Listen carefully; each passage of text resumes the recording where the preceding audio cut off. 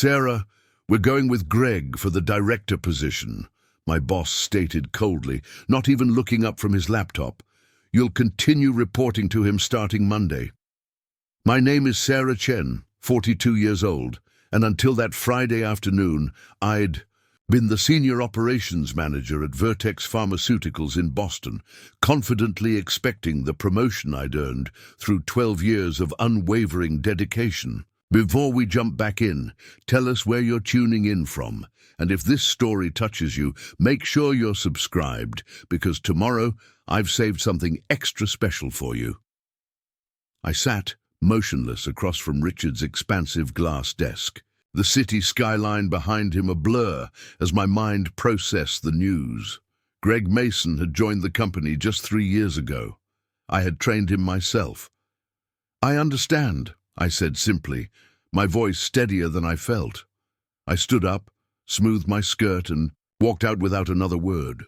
No protests, no questions about why the person who had built our department from the ground up was being passed over. Just quiet dignity. In the elevator down to the 15th floor where my office was located, I allowed myself exactly 10 seconds of closed eyes. Then I straightened my shoulders and prepared to face my team. When I returned to operations, conversations hushed as I passed. Word traveled frighteningly fast at Vertex. Mia, my assistant operations manager who had been with me for 7 years, approached with concern etched on her face. "Sarah, is it true? They gave the directorship to Greg," she whispered, eyes darting toward his empty office. I nodded once. "It appears leadership is going in a different direction," I said, using the same corporate euphemism Richard had employed during my brief meeting. "But you're the one who—" Mia sputtered, her indignation rising visibly. "It's fine," I said quietly, though it wasn't. My calm words were for her benefit, not mine. "Let's focus on the Henderson account transition today." As I settled at my desk, I caught several team members exchanging glances. These were people I had hired, trained, and mentored. They knew exactly who had created the protocols that kept this department functioning at peak efficiency. They knew who answered their midnight texts when systems failed, who defended their budget requests to executives, who had transformed a chaotic operations department into the company's most reliable division. I began reviewing the quarterly projections as though it were any normal Friday. My computer screen blurred occasionally, but I refused to acknowledge the burning behind my eyes. Not here. Not now.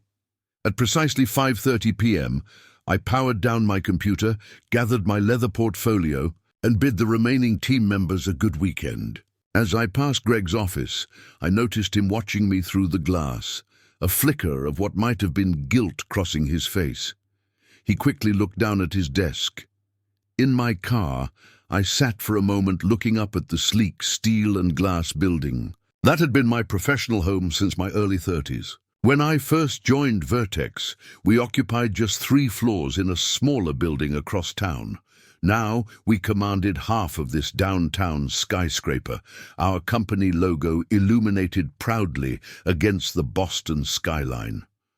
I had grown with Vertex, turning down offers from competitors because I believed in what we were building.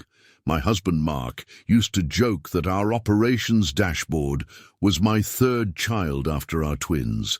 He wasn't entirely wrong. As I drove home through Friday evening traffic, my mind began methodically sorting through what had happened.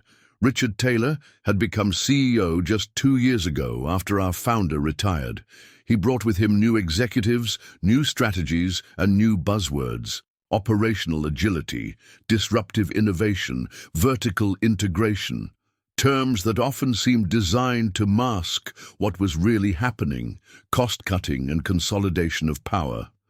Initially, I had tried to build a relationship with Richard, presenting him with comprehensive analyses of our operational strengths and opportunities for growth. He had nodded politely through my presentations, but his eyes always drifted to his phone. "Good stuff, Sarah," he would say before quickly changing subjects. 4 months ago, Greg Mason transferred in from our West Coast office. Harvard Business School, perfectly tailored suits, and a talent for repeating Richard's vision back to him with just enough elaboration to make it seem like his own insight. They began having lunch together, closed-door meetings where they emerged, laughing about private jokes.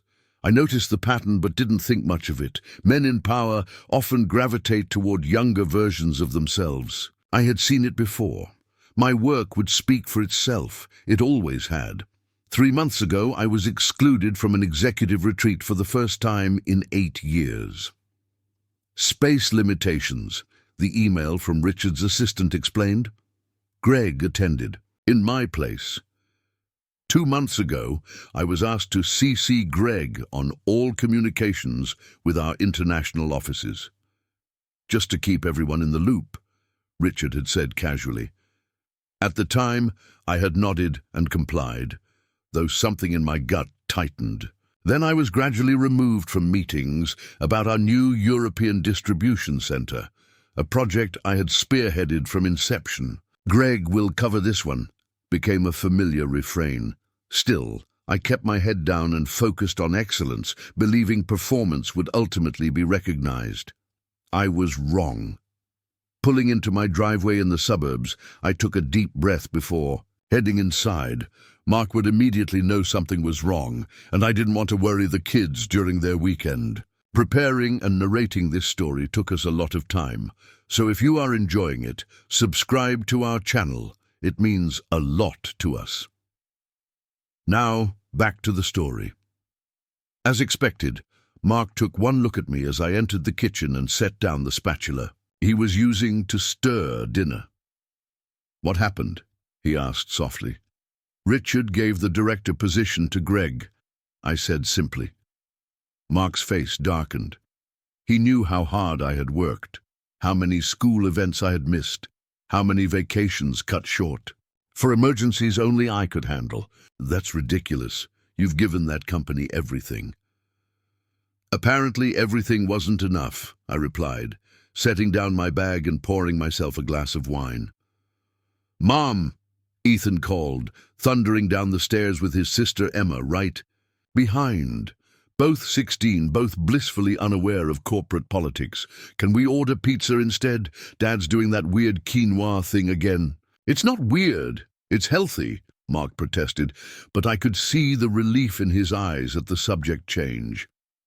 "Pizza sounds perfect," I agreed, grateful for the temporary reprieve from thinking about work.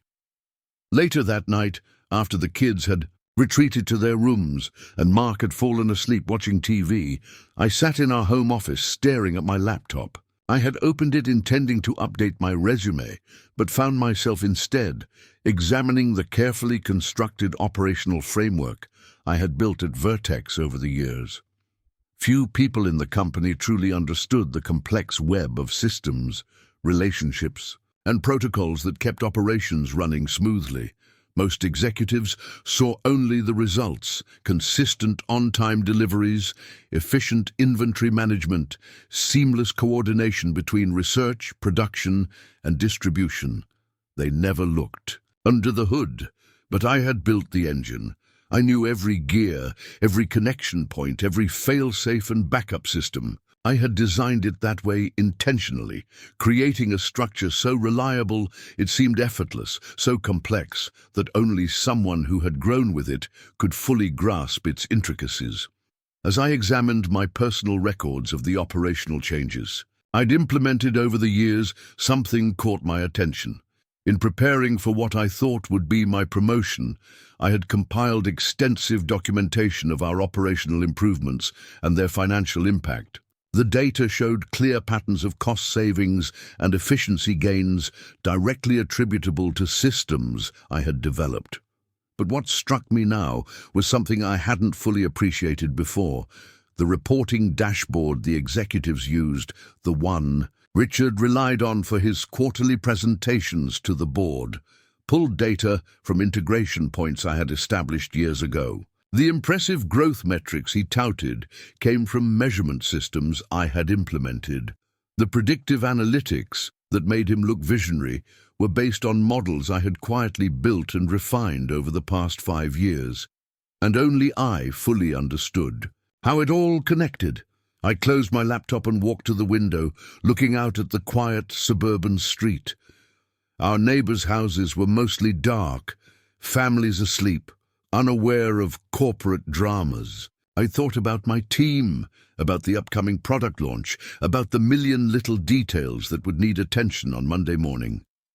For 12 years, I had been the steady hand guiding Vertex's operational ship through calm waters and storms alike. I knew the hidden reefs, the safe passages, the warning signs of trouble ahead. That institutional knowledge wasn't documented in any handbook or stored in any database.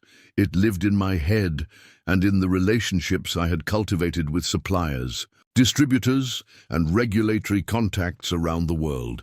It wasn't just about the systems, it was about understanding when to bypass standard protocols, who to call when problems arose, how to interpret the subtle signals that preceded major issues. It was knowing that our Shanghai facility needed communications in a specific format to avoid cultural misunderstandings, or that our Miami distribution center performed best with more frequent but smaller shipments. These weren't things Greg would know, no matter how impressive his MBA or how charming his presentations. These were insights earned through years of hands-on management and careful observation. As I finally prepared for bed around midnight, a text message lit up my phone. It was from Rajiv, our IT director, and one of my few allies in senior management. Just heard about the decision. Complete BS. Want to grab coffee tomorrow? I have some things you should know. I responded simply, noon, the usual place. Sleep came fitfully that night, my dreams filled with spreadsheets and supply chains that kept breaking at critical junctures while Richard and Greg stood by, helplessly pushing buttons on calculators that displayed only error messages. Saturday morning, I woke early as usual. 12 years of operational crises had trained my body to operate on minimal sleep. Mark was still sleeping soundly beside me, his academic schedule as a university professor allowing for weekend rest in a way my job never had. I slipped downstairs and made coffee, sitting at our kitchen island with my personal laptop.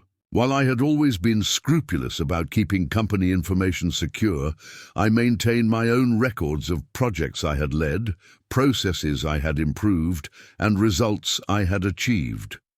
This wasn't company proprietary data. It was my professional portfolio, meticulously documented over the years. As I reviewed these files, I began crafting a methodical analysis of my contributions to Vertex's growth. Not for Richard or the executive team, they had made their decision, but for myself. I needed to understand exactly what I had built and what it was worth. By the time Mark came downstairs, bleary-eyed and reaching for coffee, I had compiled a comprehensive overview of the operational architecture I had created at Vertex. "Working on the resume?" he asked, peering over my shoulder. "Not exactly," I replied. "Just taking stock." Mark studied the diagrams on my screen, flowcharts showing operational dependencies and integration points. "Those look like the nervous system of the company," he observed. "That's a surprisingly apt description," I agreed. "They have no idea what they've done, do they?" he asked quietly. I closed the laptop. "I don't think they do, but they will." At noon, I met Rajiv at a small cafe several blocks from Vertex headquarters, far enough to avoid running into colleagues but close enough to be convenient. He was already waiting, his normally cheerful face somber. "I ordered your usual," he said, gesturing to the latte across from him. "Thanks," I said, sliding into the booth. "So what's this about?" Rajiv glanced around before leaning forward. "The official story is that Greg was selected for his fresh perspective and strategic vision," he began, making air quotes. "But there's more to it." I sipped my latte, waiting. Rajiv had been with Vertex almost as long as I had. He ran a tight IT department that interfaced constantly with my operations team. We had weathered many crises together, from system outages to cybersecurity threats. 3 weeks ago, I was asked to reconfigure access permissions for the executive dashboard, he continued. Richard wanted to create a special view with more detailed financial metrics, specifically highlighting operational expenditures across departments. I raised an eyebrow. That's not unusual during budget planning.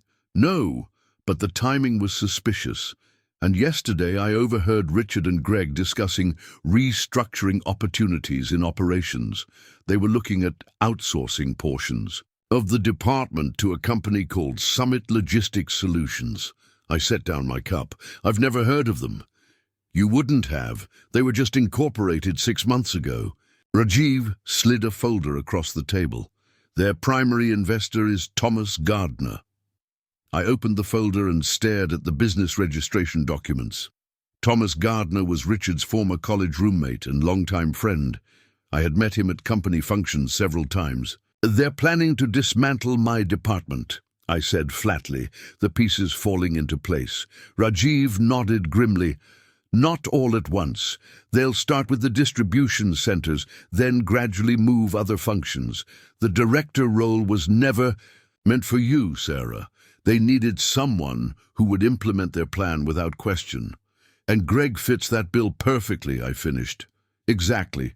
He gets a director title and stock options. Richard gets to show cost savings by outsourcing to his friend's company. Everyone wins. Rajiv paused. Except your team, and ultimately, the company. I stared out the window at pedestrians enjoying the spring afternoon, completely unaware of the corporate machinations unfolding over coffee and pastries. My initial hurt at being passed over for promotion was transforming into something colder, more focused. Have they considered the operational implications? I asked, already knowing the answer. Rajiv snorted. You know they haven't. They see cost centers, not vital infrastructure. They think operations is just moving boxes around and can be easily replicated by a third party. I nodded slowly, turning back to him. And what prompted you to share this with me? Whistleblowing isn't exactly career-enhancing. Rajiv met my gaze steadily. Because I've watched you build something remarkable for 12 years. Because I know what will happen to our systems when they start dismantling your frameworks without understanding the interdependencies. And because I believe the board would take a very different view of this plan if they understood the risks, I considered his words carefully. The board presentation is in 2 weeks. Yes, Richard's planning to announce the first phase of the Operational Efficiency Initiative then. It's buried in the appendix of his presentation, but it's there. I gathered the documents and placed them carefully in my bag. Thank you, Rajiv. This stays between us. He nodded. What are you going to do? I stood, smoothing my casual weekend attire with the same precision I applied to my work suits. I'm going to spend the weekend thinking, and Monday morning I'm going to do exactly what I've done for 12 years, my job, perfectly. As I drove home, my mind was already racing through scenarios, cataloging vulnerabilities in the systems I had built, identifying pressure points that would become immediately apparent if operations were disrupted. I had created these systems to be resilient and robust, but I had never designed them to withstand deliberate dismantling by their beneficiaries. At home, I found Mark in the backyard with the twins, attempting to set up a new patio umbrella with more enthusiasm than skill. I set my bag down and joined them, grateful for the normalcy of family life, a stark contrast to the corporate chess game I now found myself playing. "How was coffee?" Mark asked when the kids had gone inside for drinks. "Illuminating," I replied, helping him stabilize the umbrella base. It seems I wasn't passed over because Greg was better qualified. They're planning to outsource my department to a company connected to Richard. Mark's hands stilled. That's why they needed you out of the way, not out just down. They still need me to keep things running until they're ready to implement their plan. I tightened a bolt with perhaps more force than necessary. They know I would have fought it as a director. As a senior manager, I can simply be informed when decisions are made. So what now? Look for another job, legal action? I shook my head. Now I do what I do best. I analyze the situation thoroughly, identify leverage points, and develop a strategic response. Mark studied my face. After 20 years of marriage, he knew the expression I wore, the one that appeared when I encountered a complex problem, requiring elegant solution. "They have no idea who they're dealing with, do they?" he asked, a small smile forming. "No," I agreed, stepping back to admire our successfully erected umbrella. "But they will."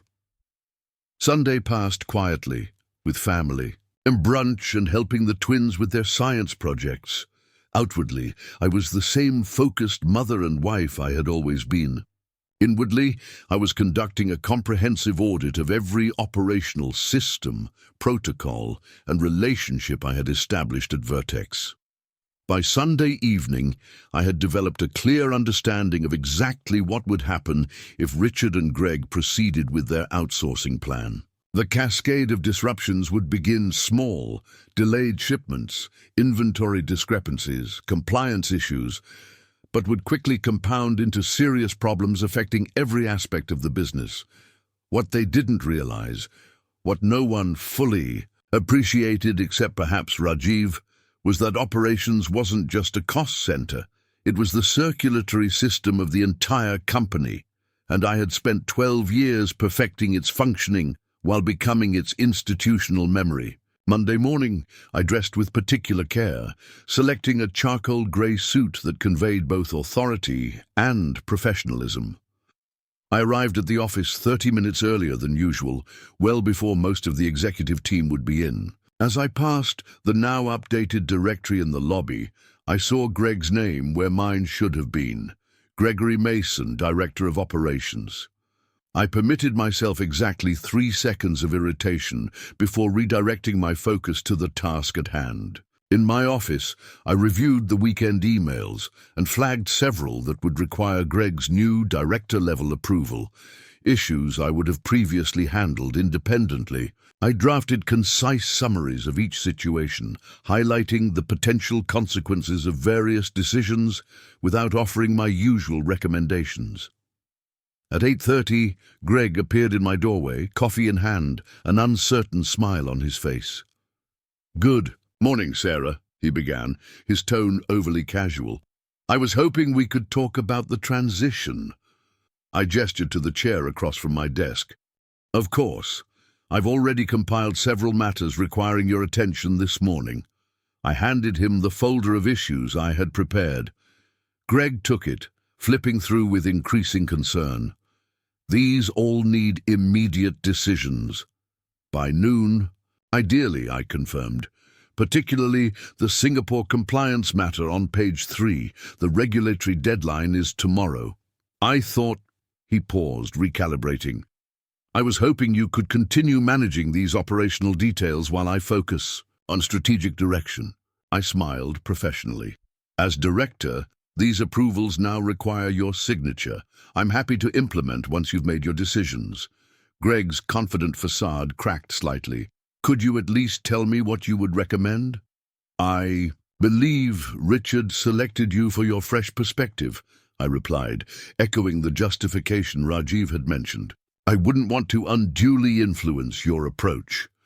Greg stared at me, realizing for the first time, perhaps, what he had stepped into. "Right. I'll review these and get back to you." "Wonderful. The Singapore team will be online for another hour if you need to consult with them before they end their day." After he left, I turned to my computer and began methodically documenting every request, approval, and decision point that crossed my desk, creating a clear paper trail of operational responsibility now resting with Greg. If the systems began to falter under new leadership, there would be no ambiguity about where the changes had originated. By lunchtime, Greg had appeared at my door 3 more times with increasingly desperate questions about protocol and precedent. Each time, I provided precisely the information requested, no more, no less. Gone were my usual comprehensive analyses and recommendations. Instead, I functioned exactly as the senior manager they had decided I should be: competent, compliant, and carefully contained. At 2:00 p.m., I had a scheduled meeting with Richard to discuss quarterly metrics. As I rode the elevator to the executive floor, I mentally prepared for our first encounter since the promotion decision. Richard's assistant waved me in without the usual warm greeting. News of my demotion had clearly altered my standing throughout the organization. "Sarah," Richard said without looking up from his computer, "have a seat.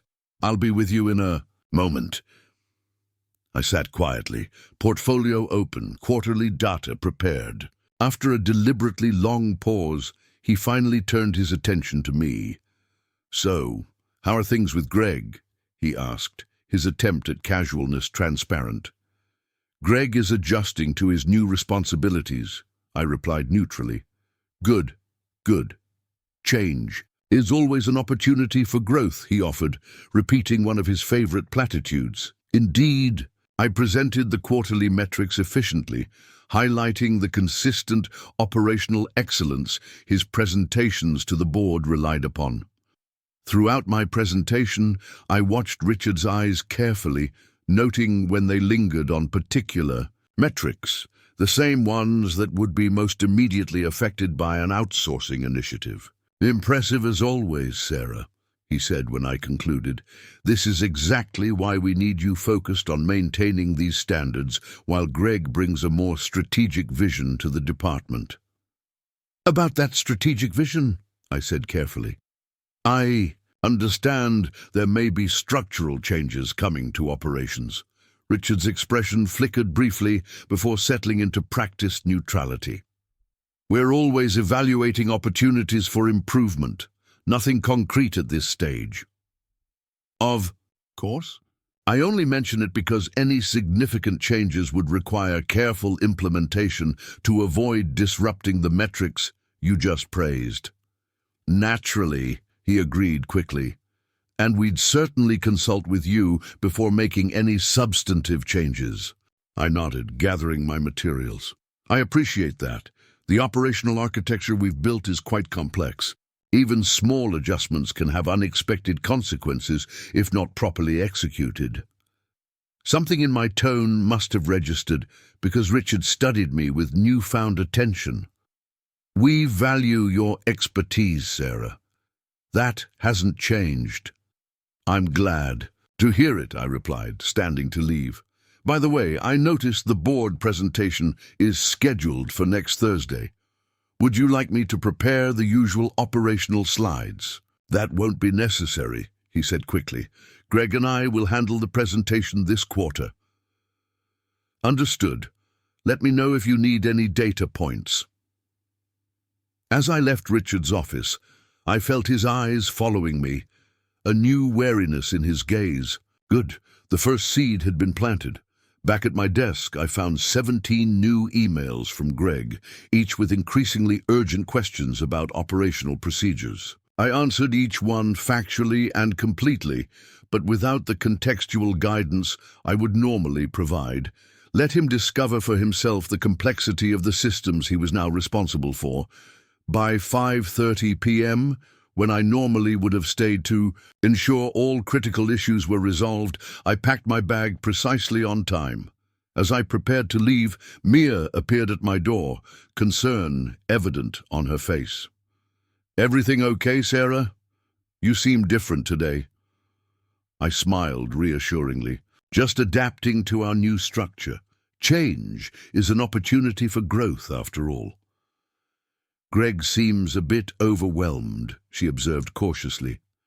"New roles come with learning curves," I replied diplomatically.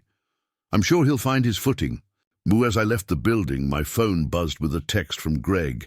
"Can we meet first thing tomorrow to go through the European Distribution Center protocols? Having trouble understanding the escalation matrix." I replied simply. My calendar is open from 8 to 9 a.m. In my car, I allowed myself a moment of satisfaction. Day one of the new regime had already revealed cracks in their plan.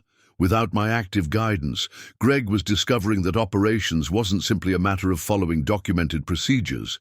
It required judgment, institutional knowledge, and relationships I had cultivated over 12 years, and I had only begun to withdraw my invisible support.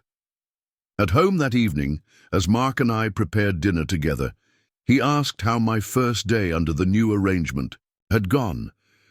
Illuminating, I replied, precisely chopping vegetables. They're already struggling without realizing why.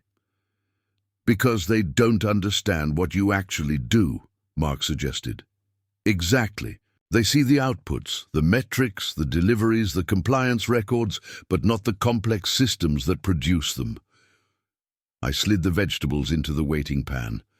It's like admiring a swan gliding across the lake without seeing the furious paddling beneath the surface. And you've stopped paddling? Not stopped, I corrected, just paddling exactly as hard as my job description requires. No more, no less. Mark smiled appreciatively. Malicious compliance at its finest. I prefer to think of it as appropriate. Calibration of effort to recognition, I replied with a hint of a smile. But yes, essentially. As we sat down to dinner with the twins, discussing their school days and upcoming exams, I felt a curious sense of clarity. For 12 years, I had poured everything into Vertex, often at the expense of family time and personal well-being. I had believed in the mission, in the team, in my own contribution to something meaningful. Now I saw with perfect clarity the asymmetry of that relationship. My dedication had been exploited rather than valued. My expertise had been taken for granted rather than respected.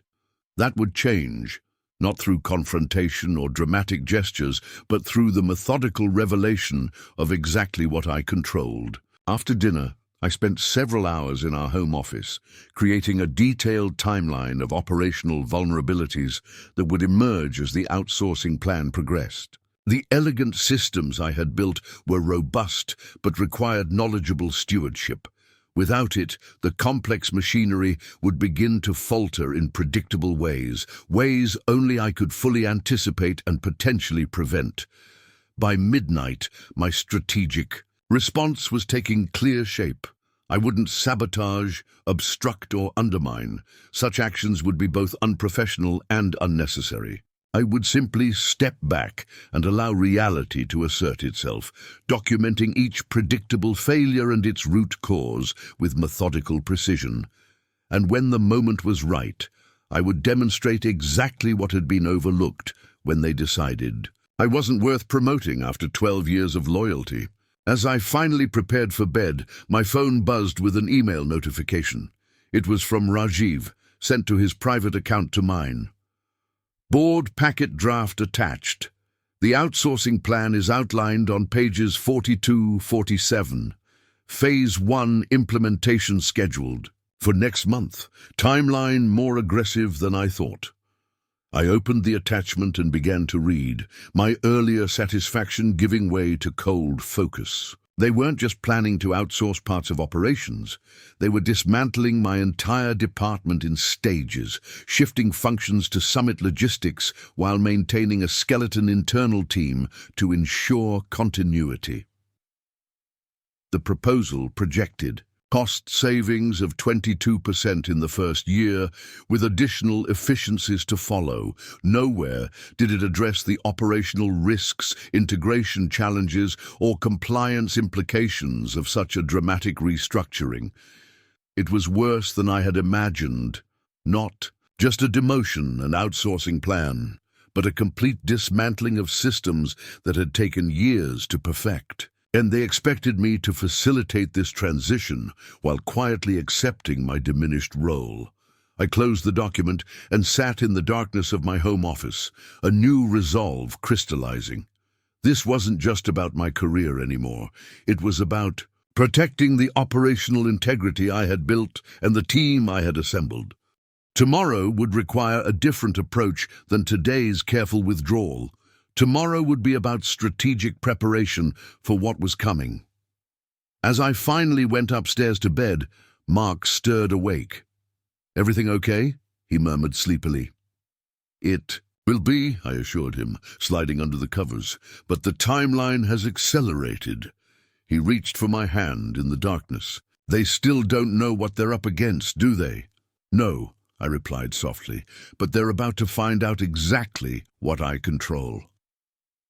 I arrived at work Tuesday morning at precisely 7:30 a.m., a full hour before most of the executive team. The early hour provided a quiet opportunity to implement the next phase of my response to the outsourcing revelation. After reviewing Rajiv's forwarded board presentation, I had spent much of the night mapping the critical vulnerabilities in the proposed transition plan. The document showed a fundamental misunderstanding of our operational architecture, treating complex interdependent systems as discrete functions that could be easily sectioned off and handed to an external provider. In my office, I began by creating a series of detailed transition documents, ostensibly to prepare for the upcoming changes, but in reality, to create an unassailable record of the current state of operations. I documented every customized process, every relationship-dependent arrangement, every compliance requirement that would be affected by the proposed outsourcing. When Greg arrived for our 8 a.m. meeting, dark circles under his eyes suggested he had spent a late night trying to untangle the operational complexities I had previously managed seamlessly. "Thanks for meeting early," he said, setting down a large coffee on my visitor chair. "I'm still trying to wrap my head around the European distribution protocols." "Happy to clarify," I replied evenly. "What specific aspects are you struggling with?" Greg ran a hand through his already disheveled hair. "The escalation pathways seem unnecessarily complicated. Why do certain issues go to regional managers while others skip directly to regulatory compliance?" I pulled up the protocol, documentation on my screen. That structure evolved in response to specific incidents over the past 7 years. For example, in 2019, we had a temperature control failure in our Munich facility that affected a shipment of temperature-sensitive products. I walked him through the incident, explaining how our current protocol had been designed to prevent similar issues. The regional manager for Germany, Dieter Schmidt, helped develop this specific pathway. He's been with the company for 15 years and maintains relationships with local regulatory officials that have proven invaluable during compliance reviews. Greg frowned. "But wouldn't it be more efficient to standardize all escalation protocols? One clear chain of command?" "In theory, perhaps," I acknowledged. "But pharmaceutical distribution across the EU involves different regulatory frameworks in each country. Our customized approach has reduced compliance issues by 78% since implementation. That's not mentioned in any of the documentation." Greg observed with frustration. "The quantitative improvements are in the quarterly reports," I replied. "The relationship-based aspects of the system aren't easily captured in procedural documents." For the next hour, I answered his questions with precise, factual information, all while subtly highlighting the human elements and historical knowledge embedded in our current systems, elements that couldn't be easily transferred to an outsourcing partner. By the time we finished, Greg appeared more unsettled than when we'd started. "I'm meeting with Richard at 10 to discuss operational streamlining," he admitted reluctantly. "Any advice?" I smiled blandly. "I'm sure you'll represent the department well." After he left, I turned to the next phase of my strategy. I began reaching out to key contacts throughout our supply chain and distribution network, not to alarm them, but to subtly assess their reactions to potential changes. "Just checking in on the upcoming shipment, Klaus," I said to our German logistics coordinator during our scheduled call. "Also, I wanted to let you know there may be some procedural changes coming. Nothing definite yet, but I wanted to give you a heads up since you've been such a reliable partner. Klaus's concern was immediate. Changes? But we have finally perfected the documentation process after 3 years of adjustments. I understand your concern, I assured him. No decisions have been made. I'm just keeping our valued partners informed of potential developments. I repeated similar conversations with 12 other key contacts throughout the morning, each time emphasizing my commitment to smooth operations while planting seeds of legitimate concern about potential disruptions. By lunchtime, my phone was buzzing with follow-up questions from partners worried about changes to systems that had taken years to optimize. At 12:30, I received a text from Mia. Greg looks like he's about to have a breakdown in his office. What's happening? I responded professionally. I believe he's dealing with the learning curve of his new role. Let's all support him during this transition. While eating lunch at my desk, I noticed several operations team members glancing uncertainly toward Greg's office, where he appeared to be in an intense phone conversation, gesticulating with growing agitation. The natural consequences of treating operations as a simple cost center rather than a complex ecosystem were beginning to manifest. At 2 p.m., I received an urgent email from Richard requesting my presence in the executive conference room. When I arrived, I found Richard, Greg, and Vanessa Powell, our chief financial officer, seated around the table. Sarah, thank you for joining us, Richard began, his tone more conciliatory than yesterday. We wanted to discuss some questions that have arisen about our operational structures. I took a seat, expression neutral. Of course, how can I help? Greg pushed a printout toward me, a simplified flowchart of our distribution operations that appeared to have been created for the board presentation. We're trying to clarify how these systems currently interact, he explained, and where there might be opportunities for efficiency improvements. The diagram was a dramatic oversimplification, missing countless connection points and feedback loops that made our operations truly effective. Rather than pointing this out directly, I decided on a different approach. This is an interesting, high-level view, I observed. Would you like me to walk through how these systems actually function in practice? Please, Vanessa said, leaning forward with interest. As CFO, she was undoubtedly focused on the promised cost savings of the outsourcing plan. For the next 45 minutes, I methodically explained the operational realities behind their simplified diagram, highlighting the integrated nature of our systems without directly criticizing their understanding. I carefully emphasized the compliance implications, cost efficiencies, and risk mitigations built into our current approach. For example, I explained, pointing to a single box labeled Quality Control on their chart, this function actually involves 17 distinct processes across 5 departments, with regulatory requirements that vary by country and product category. We currently manage these through a centralized system I developed with Rajiv's team in 2017, which reduced our compliance costs by approximately $8 million annually. The room grew increasingly quiet as I continued my detailed explanation, occasionally referencing specific incidents where our carefully designed systems had prevented potentially costly errors or regulatory violations. And you personally oversee all these connections? Vanessa asked finally, her financial mind clearly recalculating the implications. I designed most of them, I corrected gently.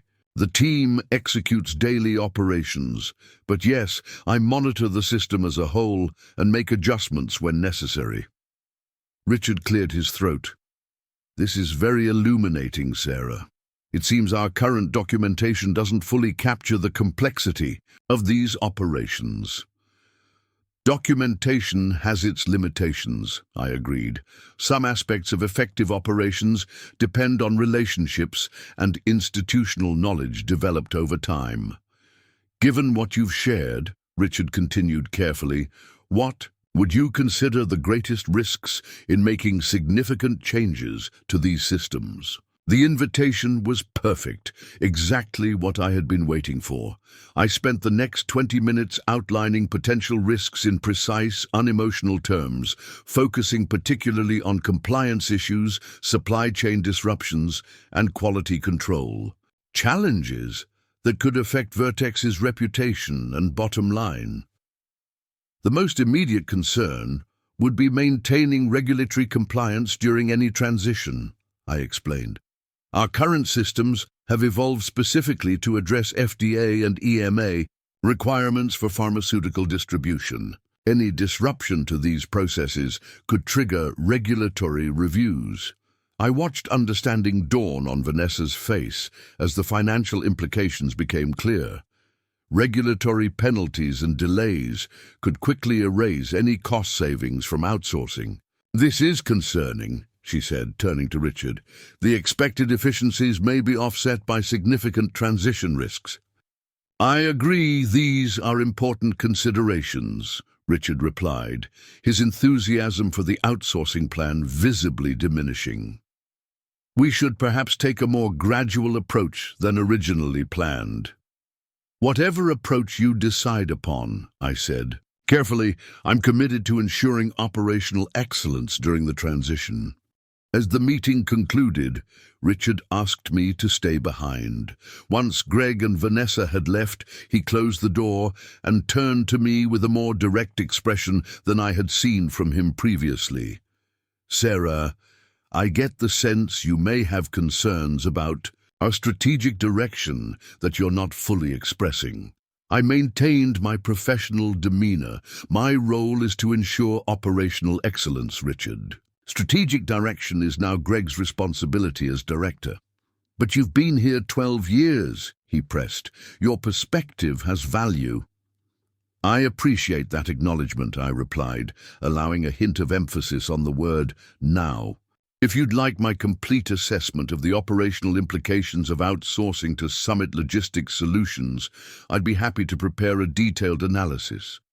Richard's eyes narrowed slightly at the specific company name, one that hadn't been mentioned in our meeting. That would be helpful, he said after a moment's pause. And Sarah, I know the director decision was disappointing. I hope you understand it wasn't a reflection on your capabilities. I understand completely, I replied, echoing the bland corporate acceptance I had offered when first informed of the decision. Will there be anything else? No, that's all for now. As I returned to my office, I allowed myself a small moment of satisfaction. The seeds had been planted. Richard now understood that I knew about the outsourcing plan and, more importantly, that I understood its implications better than he did. The balance of information had shifted, if only slightly. At my desk, I found 27 new emails requiring attention, including 7 marked urgent from various team members seeking direction on issues Greg had been unable to resolve. I addressed each one efficiently, providing just enough guidance to keep operations running smoothly without assuming Greg's directorial responsibilities. By 5 p.m., I had completed my normal workload and begun preparing the comprehensive analysis Richard had requested. This document would become my most powerful leverage, a detailed exposition of the outsourcing plan's flaws without a single accusatory word. As I was preparing to leave, Mia appeared at my door again. Sarah, there's a situation with the Singapore shipment. The documentation has been rejected by customs and they're threatening to send it back. Under normal circumstances, I would have immediately taken charge of resolving the issue, making calls to our contacts in Singapore and working through dinner if necessary. Instead, I nodded thoughtfully. That sounds serious. Has Greg been informed? This would fall under his authority now. Mia's expression confirmed what I already knew. Greg had left an hour ago, clearly overwhelmed by his first full day as director. I believe he's gone for the day, she said hesitantly. I see. Well, please send me the details, and I'll make sure he's aware of the situation first thing tomorrow. In the meantime, I suggest informing the Singapore team to expect potential delays. Mia looked shocked, but that shipment contains time-sensitive materials. A delay could cost hundreds of thousands of dollars. You're absolutely right, I agreed, which is why it's fortunate that we have a new director with a strategic vision to handle these challenges. I'll make sure it's at the top of his agenda tomorrow morning. As Mia left, visibly concerned, I felt a momentary twinge of guilt. The Singapore issue was indeed serious, and under normal circumstances, I would have moved heaven and earth to resolve it immediately. But these weren't normal circumstances. The company had made its decision about my value, and now they needed to experience the full consequences of that decision. I sent a brief, factual email to Greg outlining the Singapore situation, copying Richard and the relevant team members. The email was carefully worded to document the issue without offering solutions or taking ownership of a problem that now fell squarely under the new director's authority. On my drive home, my phone buzzed repeatedly with messages about the Singapore situation, which was quickly escalating into a minor crisis. I noticed Richard had been added to the email chain as team members sought resolution. I didn't respond. For 12 years, I had been available 24/7 to handle such emergencies. Now they would discover what that constant availability had been worth. At home, I found Mark and the twins watching a movie in the living room, surprised to see me home at a normal hour. "Mum, you're actually home before dark," Emma exclaimed. "Is the world ending?" "Just a change in priorities," I replied, dropping my bag and joining them on the couch. "What are we watching?" Later, after the kids had gone to bed, I shared the day's developments with Mark over a glass of wine on our back porch. "So the plan is working?" he asked. "It's not really a plan," I corrected. "I'm simply allowing reality to manifest without my usual intervention. 12 years of solving problems before they became visible created an illusion that those problems didn't exist. And now the illusion is breaking down." "Precisely. They're discovering that operations isn't just a cost center to be optimized. It's the foundation everything else is built upon." My phone buzzed again. Another email about Singapore. I glanced at it briefly before setting the phone aside. "Aren't you going to answer that?" Mark asked. "Not tonight," I replied. "Tonight I'm focusing on what actually matters." Wednesday morning, I arrived at the office to find several worried-looking team members huddled near the break room. They fell silent as I approached, their expressions a mixture of concern and confusion. "Good morning," I greeted them cheerfully. "Is everything all right?" After a moment's hesitation, Miguel, one of our logistics coordinators, spoke up. "The Singapore shipment is still stuck in customs. Greg tried to resolve it last night, but couldn't reach the right people. Richard's been asking where you were." "I was at home with my family," I replied simply. "I'm sure Greg is handling the situation appropriately." The team exchanged glances, clearly surprised by my unusual lack of intervention in a crisis. For years, they had watched me cancel personal plans, work through nights, and solve problems that others couldn't navigate. My new boundaries represented a seismic shift in the department's dynamics. In my office, I found an urgent meeting request from Richard for 9 a.m. I accepted it calmly and continued preparing the analysis he had requested yesterday, adding a section specifically addressing international shipping compliance requirements, a pointed reference to the current Singapore situation. At 9 a.m. sharp, I entered Richard's office to find him looking harried, with Greg beside him appearing even worse. "Sarah," Richard began without preamble, "we have a situation with Singapore that's escalating. The shipment contains temperature-sensitive materials that will be compromised, if not cleared, within the next 12 hours. "I saw the emails," I acknowledged. "What steps have been taken so far?" Greg jumped in, clearly desperate. "I've been on calls with the customs office, but they keep insisting the documentation is incomplete. I sent them everything in our system, but they're saying it doesn't match their requirements. I nodded thoughtfully. Singapore Customs underwent a procedural change last year. They now require an additional certification for pharmaceutical products that isn't in our standard documentation package. Why isn't this in our procedures? Greg demanded, frustration evident. It is, I replied calmly. Section 14(3) of the International Shipping Protocols specifies the additional documentation required for Singapore following their regulatory update in November.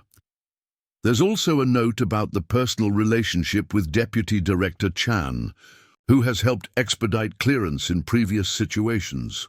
Greg looked blank. I didn't see any Section 14(3). And who is Deputy Director Chan? The full protocols are in the operations database, not the simplified version in the shared drive, I explained. And Deputy Director Chan is a contact I've cultivated over the past 6 years. He's been instrumental in resolving similar issues. Richard intervened. Can you help resolve this, Sarah? We're looking at potentially significant losses if that shipment isn't cleared today. I considered for a moment. Of course. I'll need access to Greg's director-level systems to generate the necessary certification, and I'll need to use my personal contact with Deputy Director Chan. Whatever you need, Richard agreed quickly. Greg will provide any access required. For the next 2 hours, I worked methodically to resolve the crisis, generating the proper certification and personally calling Deputy Director Chan. Our conversation was warm and familiar, drawing on years of professional relationship building. Miss Chen, always a pleasure, he greeted me. I was surprised not to hear from you when this issue first arose. Organizational changes, I explained diplomatically. I appreciate your assistance as always. By noon, the shipment had been cleared, narrowly averting a costly disaster. I documented the process thoroughly, including a detailed explanation of the relationship-based aspects of the resolution that wouldn't have been possible for someone without established connections. When I delivered the news to Richard, his relief was palpable. Thank you, Sarah. This could have been a significant problem. International shipping always presents complexities, I observed neutrally, especially in highly regulated industries like pharmaceuticals. I've been reviewing your preliminary analysis of our operational structures, Richard continued, gesturing to the document I had sent him that morning. It's incredibly detailed. Some of these risks hadn't been fully considered in our planning. Operational risks are often invisible until they manifest, I replied. That's why institutional knowledge and established relationships are so valuable. They allow us to anticipate and prevent issues before they become crises. Richard nodded slowly. I'm beginning to appreciate that more fully. The board presentation is next Thursday, as you know. I'd like you to attend and perhaps address some of these operational considerations directly. As you wish, I agreed, maintaining my professional demeanor despite the internal satisfaction. Will you want me to prepare materials about the current operational architecture? Yes, that would be helpful. Work with Greg on integrating these insights into our strategic planning. As I left Richard's office, I noted the subtle shift in his language. Our strategic planning, rather than my strategic planning. The Singapore crisis had created the first visible crack in his confidence about the outsourcing initiative. Back in my office, I found Greg waiting, his earlier frustration now shifted to grudging respect. That was impressive, he admitted. You resolved in 2 hours what I couldn't fix all night. Experience has value, I replied simply. Look, Sarah, he began awkwardly. I know this director situation is uncomfortable. For what it's worth, I didn't realize. I didn't fully understand. The complexity of operations, I suggested. Yes, exactly. When Richard described the role to me, it sounded more strategic, less entangled in details. I smiled slightly. Operations is both strategic and detailed, Greg. The challenge is seeing the connections between the minute details and the broader strategy. He nodded, looking genuinely thoughtful for perhaps the first time since I'd met him. Would you be willing to help me understand these systems better? Not just the documented procedures, but the context you've built over 12 years.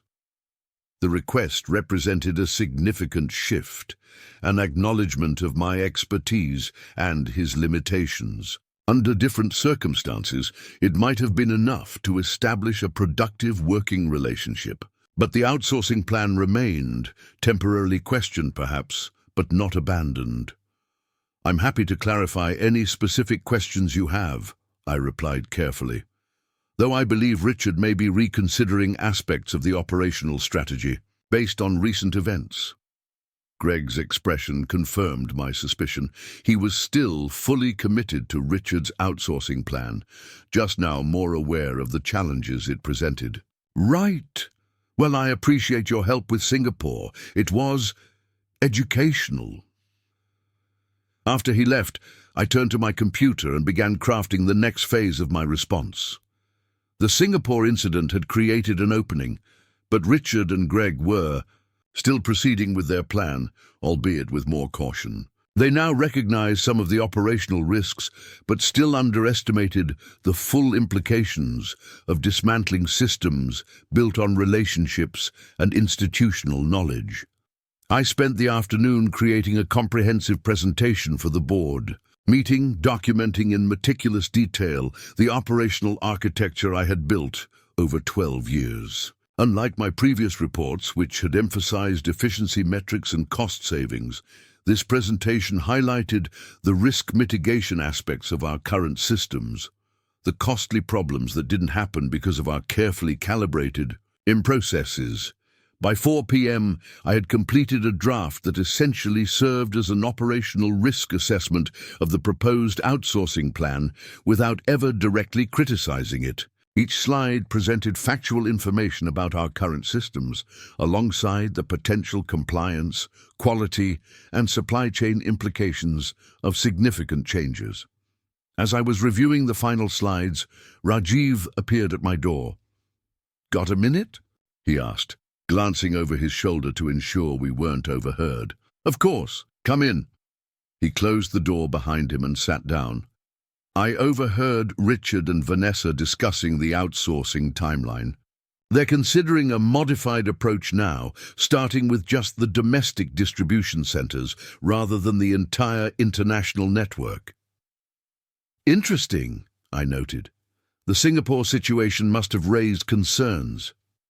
Definitely. Richard was pretty explicit about not wanting to risk similar problems on a larger scale. Rajiv leaned forward, but they're still proceeding, just more cautiously. Thomas Gardner was in the building today, meeting with Richard privately. This new information suggested that despite the operational concerns, the personal relationship driving the outsourcing plan remained a powerful factor. Richard might recognize the risks more clearly now, but his commitment to benefiting his friend's company hadn't wavered. "Thank you for letting me know," I said. "This helps me prepare appropriate materials for the board presentation." Rajiv smiled slightly. "They have no idea what they're up against, do they?" "They're beginning to suspect," I replied, "but suspicion isn't the same as understanding." After Rajiv left, I made a decision. It was time to add another dimension to my response, one that would make the personal nature of the outsourcing decision impossible to ignore. I stayed late that evening, waiting until the executive floor was empty before making my way to the company library, a rarely used room containing physical copies of annual reports, historical documents, and board minutes going back to Vertex's founding. In the digital age, few people bothered with these paper records, but I had always appreciated the historical context they provided. In the back of the room, In a filing cabinet labeled Corporate Structure Historical, I found what I was looking for: documentation of an ethics investigation from 2016, before Richard joined the company. The investigation had concerned a similar situation: a senior executive who had directed business to a company owned by his brother-in-law without disclosing the relationship. The executive had been terminated, and the board had subsequently established a strict conflict of interest policy requiring disclosure of all personal relationships with vendors or service providers. The policy had been unanimously approved and remained in effect, though apparently forgotten or ignored by Richard. I carefully photographed the relevant documents, including the board resolution establishing the conflict of interest policy and the specific language requiring disclosure. This wasn't just an operational issue anymore. It was potentially an ethics violation that the board would be obligated to address. As I left the building just after 8 p.m., I felt a curious sense of calm. For days, I had been allowing reality to reveal itself naturally, stepping back from my usual role of preventing problems before they occurred. The Singapore crisis was just the first visible manifestation of what happened when systems built on relationships and institutional knowledge were handed to those who didn't understand their complexity. But the conflict of interest issue added another dimension entirely, one that shifted the dynamic from operational risk to corporate governance. The board might be willing to accept operational disruptions for promised cost savings, but they would be much less willing to ignore explicit violations of ethics policies they themselves had established. I drove home through the quiet evening streets, my mind clear and focused. Tomorrow would bring new challenges and opportunities. The carefully constructed systems I had built over 12 years were now revealing their true value through their absence, or more precisely, through the absence of my full engagement with them. And for the first time in 12 years, I arrived home in time to help Emma with her chemistry homework and listen to Ethan practice his college admission essay. Some priorities I was discovering should never have been sacrificed for a company that didn't recognize my value until it was too late. Thursday morning dawned with a new sense of purpose. I had spent the previous evening refining my strategy after discovering the conflict of interest policy. The pieces were now falling perfectly into place, creating leverage I hadn't initially anticipated. I arrived at the office early again, determined to maintain complete control over the unfolding situation. As I settled at my desk, I received an unexpected email from Barbara Winters, our longest-serving board member and chair of the audit committee. The subject line read simply, "Time to catch up." Barbara had been on the board since before I joined Vertex. Though our paths crossed infrequently, she had always shown appreciation for the operational excellence my department delivered. Her sudden outreach couldn't be coincidental. I replied, agreeing to meet during her scheduled visit to the office later that morning. This development suggested that concerns about the outsourcing plan might already be percolating up to the board level, exactly what Richard would hope to avoid before his presentation next week. At 9 a.m., Greg appeared at my door, looking slightly more composed than yesterday, but still visibly stressed. "Morning, Sarah. Do you have time to go through the European distribution documentation today? I'm trying to prepare for some questions from Richard about potential efficiency improvements." "Of course," I replied, though I should mention that our European operations have specific regulatory requirements that vary by country. Any efficiency improvements would need to account for these variations. Greg nodded, looking increasingly uncomfortable. "That's actually what I wanted to discuss. Richard is pushing for standardization across regions, but I'm encountering resistance from the European team leads. They're likely concerned about maintaining compliance," I observed. Each country has unique documentation requirements that we've carefully integrated into our systems over the years. Could you join a call with the team later today? They keep referencing protocols you established, and frankly, I don't have the background to evaluate their concerns. The request represented another small victory, an admission that my institutional knowledge was essential to even having productive conversations about the systems I had built. I'd be happy to join, I agreed. What time is the call? 2 p.m. And Sarah... He hesitated. Richard specifically asked that you help smooth things over. He mentioned the board presentation is being finalized, and he doesn't want any unexpected complications. Interesting. Richard was now actively seeking my help in managing the very complications his plan was creating. The balance was shifting, slowly but perceptibly. I'll ensure everyone understands the operational considerations, I assured him neutrally. After Greg left, I turned my attention to preparing for my meeting with Barbara.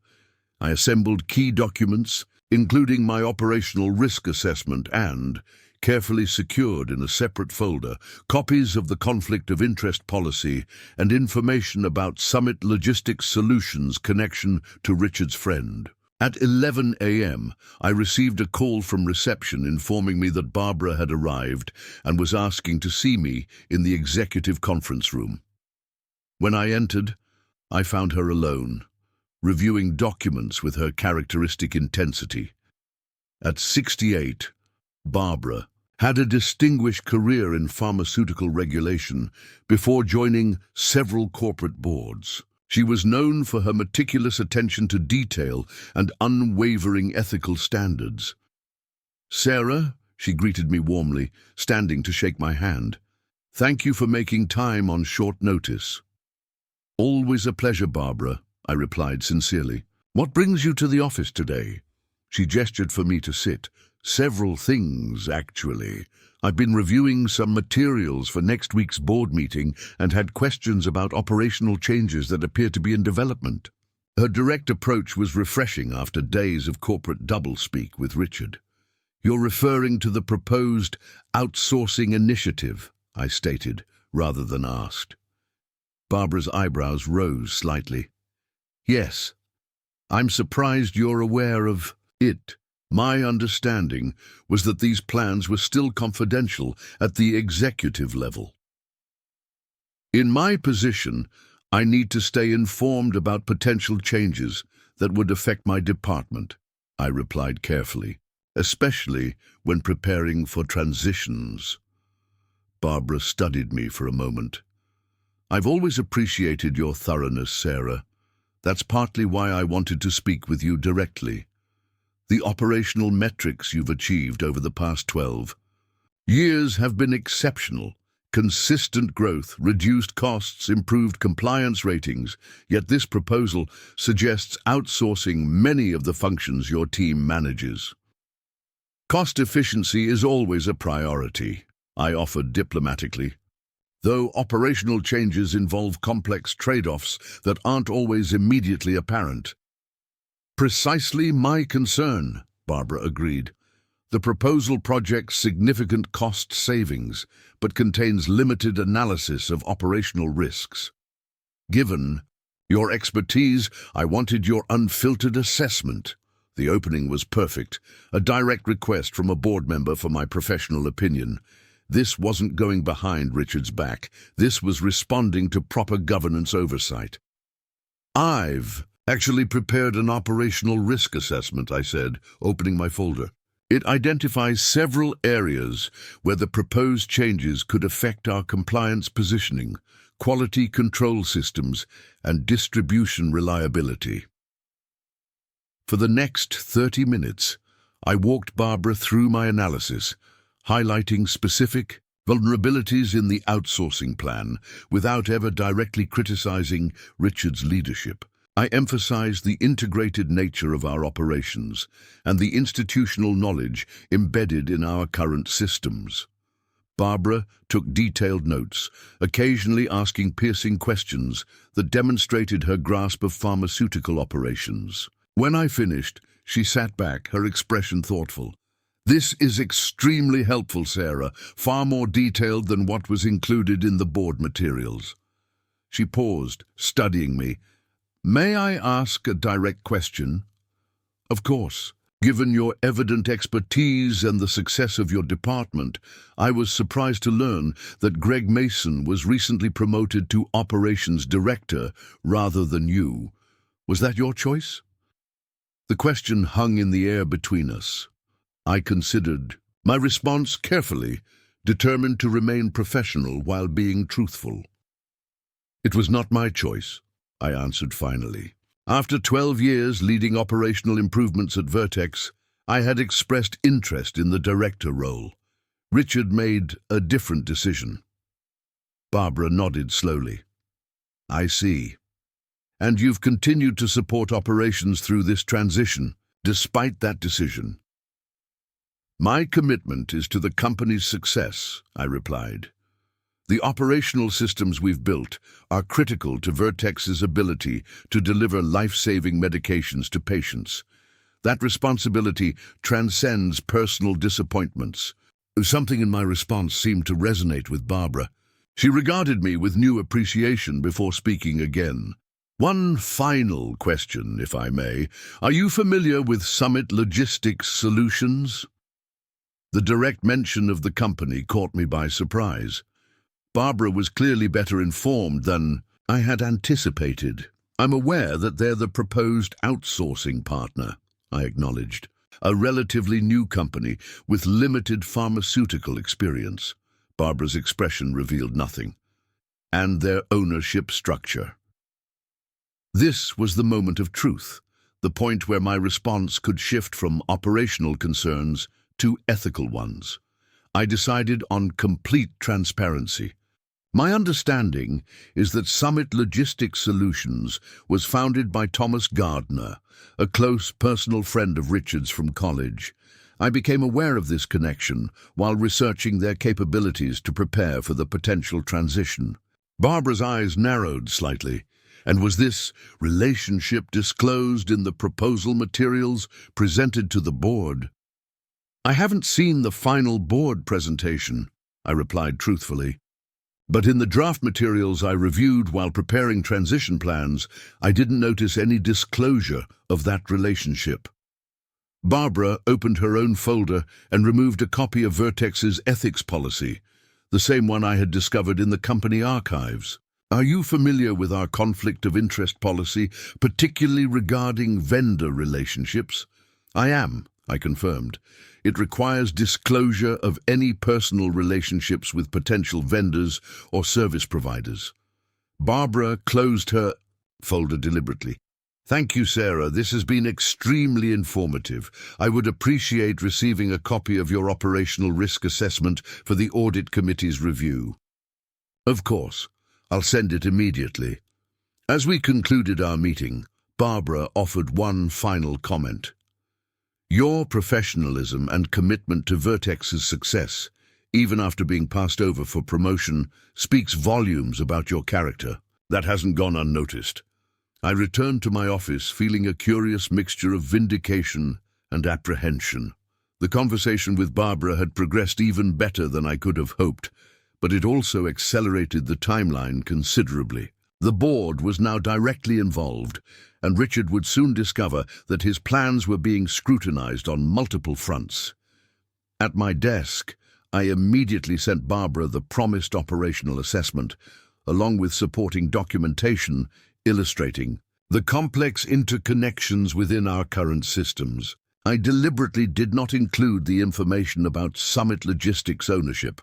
Barbara was clearly already investigating that aspect independently. At 1:30 p.m., I received an urgent message from Richard requesting my immediate presence in his office. When I arrived, I found him pacing, his usual composed demeanor noticeably absent. "Sarah," he began without preamble, "I just got a call from Barbara Winters asking pointed questions about our operational transition plans and Summit Logistics." Did you meet with her this morning? Yes, I confirmed calmly. She requested my time to discuss operational considerations for the proposed changes. And what exactly did you tell her? His tone was sharper than I'd ever heard from him. I provided my professional assessment of the operational implications of significant changes to our current systems. As a senior manager with 12 years of experience building those systems that falls within my responsibilities. Richard's expression tightened. Did you discuss summit logistics specifically?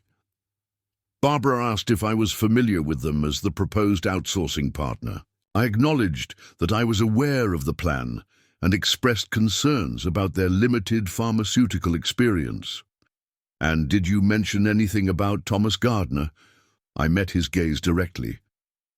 Barbara specifically asked about Summit's ownership structure. I answered truthfully that my understanding was that the company was founded by your college friend. Richard's face flushed. That relationship has no bearing on the business decision. Summit offered the most competitive terms. I understand, I replied neutrally, though our ethics policy does require disclosure of such relationships in vendor selection processes. The mention of the ethics policy landed exactly as intended. Richard stared at me, reassessing everything about our interactions over the past days. How long have you known about this connection? He asked finally. I became aware while preparing for the transition, I answered, the deliberate vagueness leaving him uncertain about my sources. Richard sat heavily in his chair. The board presentation is next week, Sarah. This project is important for the company's cost structure. We're not violating any policies. Summit was selected on merit. Then the proper disclosures in the board materials should address any concerns, I observed. Richard's expression made clear that such disclosures had not been planned. I'll handle the board communications, he said finally. In the meantime, I need you to focus on supporting Greg with the European operations call this afternoon. We can't afford any disruptions right now. Of course, I agreed, rising to leave. Is there anything else? Richard hesitated, then spoke in a more conciliatory tone than I'd heard from him previously. Sarah, you've been with Vertex a long time. You've built something valuable here. I hope we can find a way forward that recognizes your contributions while embracing necessary changes. The olive branch was transparently self-serving, an attempt to mollify me now that he recognized the threat I potentially posed. 2 days ago it might have worked. Now it was too late. I've always been committed to Vertex's success, I replied simply. That hasn't changed. Back at my desk, I found multiple messages from the European team expressing concerns about the upcoming call. I spent the next hour preparing detailed notes on each country's specific regulatory requirements and the historical context behind our current protocols. This wasn't just about defending the systems I had built. It was about ensuring that any changes, if they occurred, would be implemented with proper understanding of the risks involved. At precisely 2 p.m., I joined the virtual meeting with Greg and the European operations leads. 7 faces appeared on screen, representing our operations in Germany, France, Italy, Spain, the UK, Switzerland, and the Netherlands. Most had been with the company for at least 5 years and had worked directly with me to establish our current systems. Thank you all for joining, Greg began awkwardly. As you know, we're exploring potential efficiency improvements across our global operations. I've asked Sarah to join us to provide historical context for some of the processes we're discussing. Klaus from Germany spoke first, his concerned expression visible even through the video connection. With respect, Mr. Mason, our team has serious reservations about the proposed standardization. The specific protocols Ms. Chen established for Germany reflect critical requirements from the Federal Institute for Drugs and Medical Devices. Modifying these carries significant compliance risks. Similar concerns were echoed by the other country leads, each emphasizing the carefully calibrated nature of our current systems and the regulatory risks of disruption. Throughout their comments, they continually referenced my name and the systems Sarah designed, or protocols Sarah implemented. Greg looked increasingly overwhelmed, while I remained silent, allowing the full weight of their concerns to register. When all 7 had spoken, Greg turned to me with barely concealed desperation. "Sarah, could you help address some of these concerns?" This was the moment I had been waiting for, an opportunity to demonstrate my value not through assertion, but through action. For the next 40 minutes, I systematically addressed each country's specific concerns, explaining the regulatory history, compliance considerations, and operational interdependencies that had shaped our current systems. I was careful to acknowledge legitimate opportunities for improvement, while highlighting the critical importance of maintaining regulatory compliance. Throughout my explanation, I emphasized that any changes would require careful planning, stakeholder engagement, and phased implementation, precisely the opposite of the rapid outsourcing approach Richard had proposed. By the end of the call, a new way forward had emerged, one that acknowledged the need for continued evolution while preserving the core strengths of our current systems. The European team expressed cautious support for this more measured approach, with several explicitly thanking me for my ongoing leadership. "Thank you, Sarah," Greg said as the call concluded. "That was illuminating. I'll need to discuss these considerations with Richard before proceeding further." After the call ended, I sat quietly for a moment reflecting on what had just transpired. Without directly opposing the outsourcing plan, I had effectively demonstrated its fundamental flaws through the voices of those who would be most affected. More importantly, I had offered a constructive alternative that would be difficult for Richard to dismiss without appearing reckless. A text from Rajiv appeared on my phone. "Heard about your Barbara meeting. Word spreading fast. Richard called. Emergency session with legal team this afternoon." The wheels were turning even faster than I had anticipated. Richard was now scrambling to address both the operational risks and the potential ethics violation before the board meeting. His carefully constructed plan was unraveling not through my direct opposition, but through the natural consequences of his own decisions. At 4:30 p.m., I received an unexpected visit from Vanessa, our CFO. Unlike Richard, she had always been straightforward in our dealings, focused on numbers rather than politics. "Got a minute, Sarah?" she asked, closing my office door behind her. "Of course, Vanessa. What can I help with?" She took a seat, studying me with newfound respect. "I just came from a rather intense meeting with Richard and legal. The summit logistics outsourcing plan is being reconsidered in light of some disclosure concerns." I nodded, but remained silent, waiting for her to continue. The projected cost savings were a significant factor in our financial forecasts for next year, she admitted. "If we're pivoting away from that approach, I need to understand the operational alternatives quickly." This request represented another critical shift. Vanessa was now coming directly to me for solutions rather than working through Greg or Richard. The hierarchy was realigning itself based on demonstrated expertise rather than formal titles. "I've actually been developing a phased approach that would achieve many of the same efficiency goals while mitigating the operational risks," I replied, opening a folder on my desk. "It focuses on targeted process improvements rather than wholesale outsourcing." For the next 30 minutes, I walked Vanessa through my alternative proposal, one I had been quietly developing since first learning of the outsourcing plan.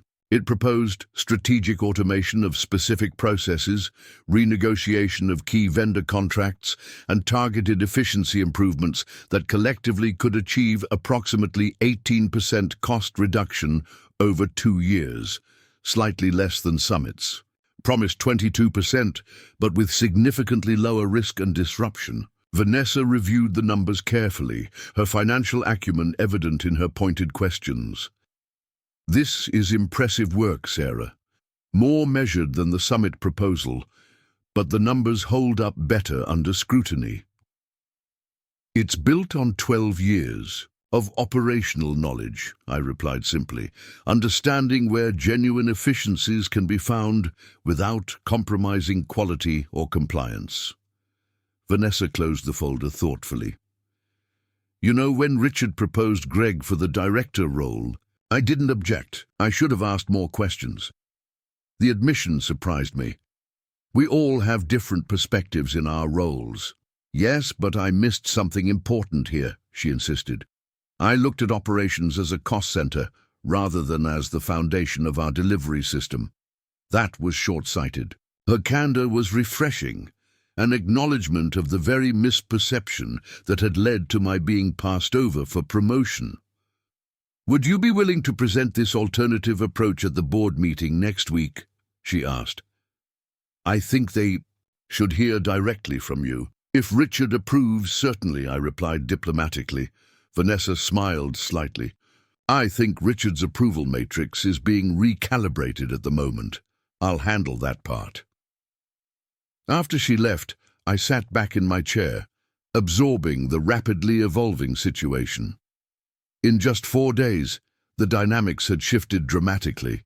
The Singapore crisis had revealed operational vulnerabilities. The European team had highlighted compliance risks.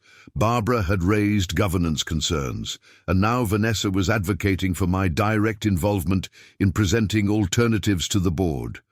All of this had occurred not through confrontation or ultimatums, but through the methodical revelation of reality, allowing the consequences of Richard's decisions to manifest naturally while offering constructive alternatives when opportunities arose. At 5:45 p.m., as I was preparing to leave for the day, my phone rang. The caller ID showed Barbara Winters. Sarah, I hope I'm not catching you at a bad time, she began. Not at all, Barbara. How can I help? I wanted to update you on some developments. The Audit Committee held an emergency session this afternoon to review the Summit logistics situation. Based on the documentation I received from you and some additional investigation, we've determined that the proposed arrangement represents a potential conflict of interest that wasn't properly disclosed. I remained silent, letting her continue. As a result, we've asked Richard to postpone next week's presentation, pending a full review of both the ethics considerations and the operational implications you highlighted. I understand, I replied carefully. That seems prudent given the circumstances. There's more, Barbara continued. The committee has also recommended an independent assessment of our operational architecture before any significant changes are implemented. We'd like you to lead that assessment, reporting directly to the board during this process. The request represented a significant elevation of my role, effectively bypassing both Greg and Richard to provide unfiltered information to the board. It was a dramatic vote of confidence in my expertise and integrity. I'd be honored to assist in any way that serves Vertex's best interests, I replied. Excellent. We'll formalize this at Monday's executive committee meeting. In the meantime, I suggest you prepare a comprehensive overview of your alternative efficiency approach. Vanessa mentioned you've developed something promising. After we disconnected, I sat motionless, processing the implications. In less than a week, without raising my voice or making demands, I had effectively changed the entire trajectory of the company's operational strategy. More importantly, I had done so by consistently demonstrating value rather than asserting it, letting my expertise speak through results rather than claims. As I finally gathered my things to leave, Greg appeared at my door looking shell-shocked. "Sarah, did you hear? The board has put the entire summit project on hold." "I just heard," I confirmed, keeping my expression neutral. "Richard is not taking it well," he admitted. "There's talk about disclosure issues and conflicts of interest." I nodded sympathetically. "Governance matters can be complex." Greg hesitated before continuing. "Look, Sarah, I want to apologize. When Richard offered me the director position, I didn't understand the full picture. I thought it was about bringing fresh perspectives, not whatever this was." His apology seemed genuine, the recognition of someone who'd been placed in a position beyond his expertise and was only now realizing it. "We all have learning curves in new roles," I offered graciously. "What matters is how we respond to challenges once we understand them." He nodded gratefully. "The European team made it very clear today that you're the one they trust to guide. Operational decisions. I can't argue with that assessment after what I've seen this week." As I drove home that evening, a sense of quiet satisfaction settled over me. The path forward remained uncertain. Richard might yet find ways to reassert control, or the board might ultimately approve a modified version of the outsourcing plan. But the fundamental dynamics had been permanently altered. I had demonstrated, beyond question, that my 12 years of building operational excellence created value that transcended hierarchical positions or titles. More importantly, I had done so while maintaining absolute professionalism, never stooping to politics or personal attacks, but simply allowing reality to assert itself when artificial barriers were removed. At home, I found Mark in the kitchen, preparing dinner with the twins, an increasingly common occurrence now that I was arriving at reasonable hours. "How was your day?" he asked, noticing something different in my expression.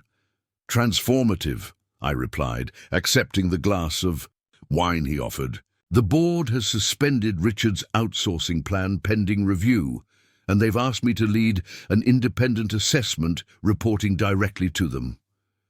"So they finally recognized what they almost lost," Mark observed with satisfaction.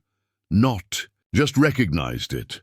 They've restructured reporting lines to access it directly," I corrected.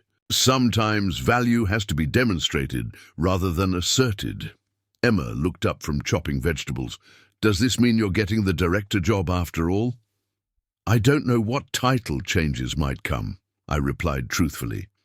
"But I do know that my role will now be defined by the value I create rather than the box I occupy on an organizational chart." Later that evening, as Mark and I sat on our back porch enjoying the spring evening, he asked the question that had been forming in my mind as well. "So what happens next? Do you even want to stay at Vertex after how they treated you?" I considered the question carefully. A week ago, I might have said no.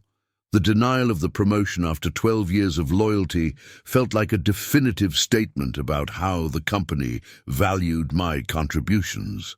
And now I see it differently, I admitted. What I've built at Vertex isn't just a career, it's a platform for creating meaningful impact. The systems I've established help deliver life-saving medications to patients around the world. That purpose transcends personalities and politics. Mark nodded thoughtfully. "So you'll stay?" "I'll stay as long as I can continue creating value aligned with that purpose," I clarified. "But on different terms that recognize my contributions appropriately." "And if they don't offer those terms?" I smiled slightly. "Then I'll have demonstrated my value so clearly that other opportunities will surely present themselves." As if on cue, my phone buzzed with an email notification. It was from David Mercer, CEO of Vertex Pharmaceuticals, one of our chief competitors and a company that had tried to recruit me several times over the years. The subject line read simply, "Heard the news. Time to talk?" I showed the email to Mark, who laughed appreciatively. Perfect timing. Indeed, I agreed, setting the phone aside without responding. But timing is everything in operations. I'll make my decisions when all the facts are clear. That night, I slept more peacefully than I had in months. Whatever the outcome of next week's meetings, I had reclaimed something essential, the recognition of my own value, independent of titles or organizational validation. I had allowed reality to speak for itself, revealing the truth through actions rather than arguments. In the process, I had rediscovered a fundamental principle that would guide my decisions going forward. True value doesn't need to demand recognition. It simply needs the space to demonstrate itself. When artificial barriers are removed, reality asserts itself quite effectively. And sometimes the most powerful response to being underestimated is simply to step back and let the consequences of that miscalculation reveal themselves naturally. Tomorrow would bring new challenges and opportunities, but tonight I savored the quiet satisfaction of having controlled the narrative not through confrontation but through competence, letting my 12 years of expertise speak volumes without raising my voice.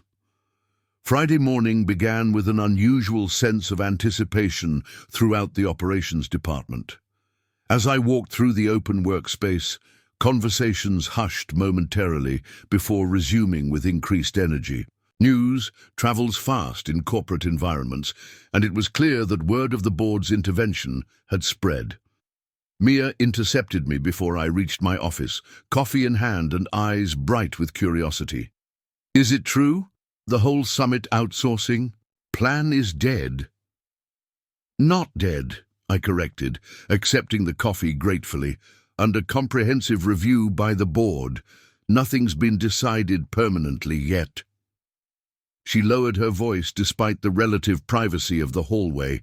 "People are saying Richard might be in trouble over some conflict of interest thing, and that you're going to report directly to the board now." I smiled slightly at how quickly information, both accurate and exaggerated, had propagated through the company.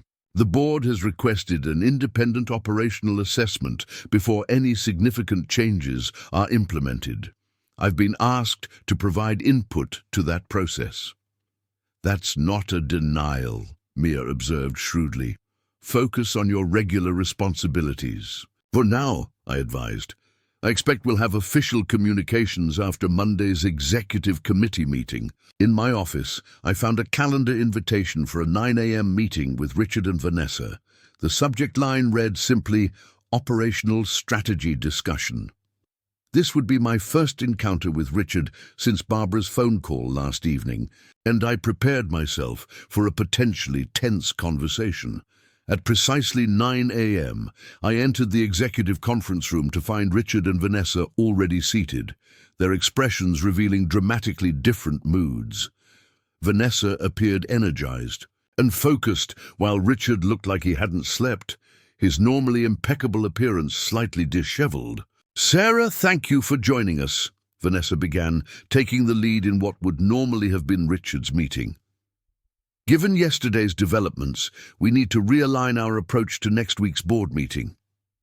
I nodded, taking a seat across from them. "I understand the operational strategy presentation is being reconsidered."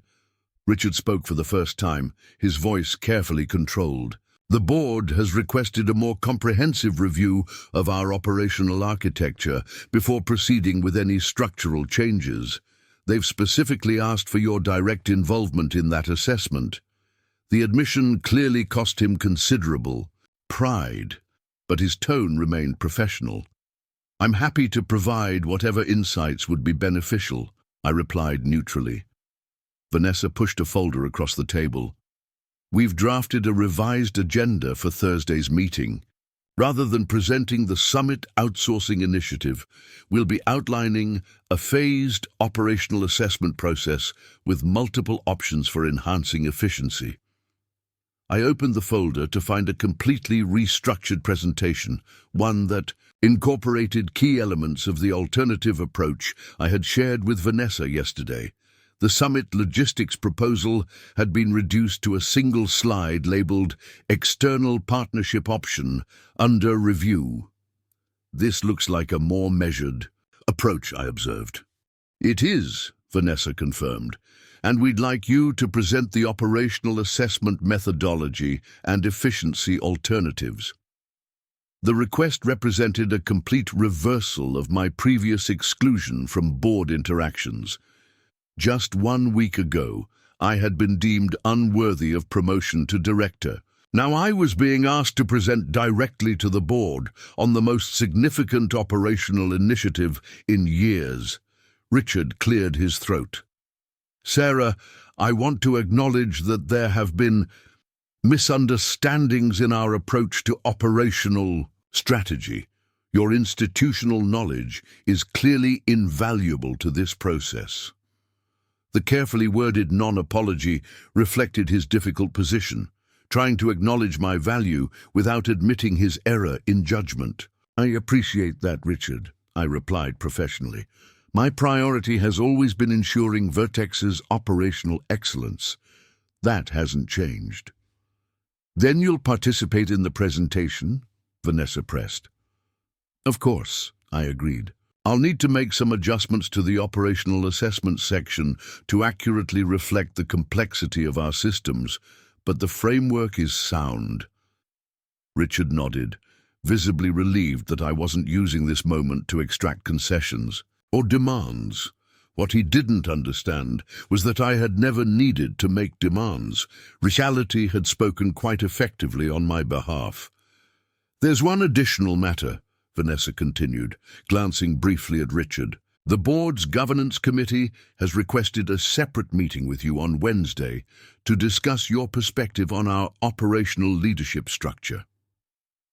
This was unexpected, a clear indication that the board was considering more fundamental changes than just reviewing the outsourcing plan. I understand, I replied carefully. I'll make myself available. They'll want your candid assessment, Richard added, a hint of resignation in his voice. Professional differences aside, I hope you'll be balanced in your evaluation of recent leadership decisions. The request bordered on asking me to protect him from the consequences of his own actions, something I had no intention of doing, but neither would I use this opportunity for personal vengeance.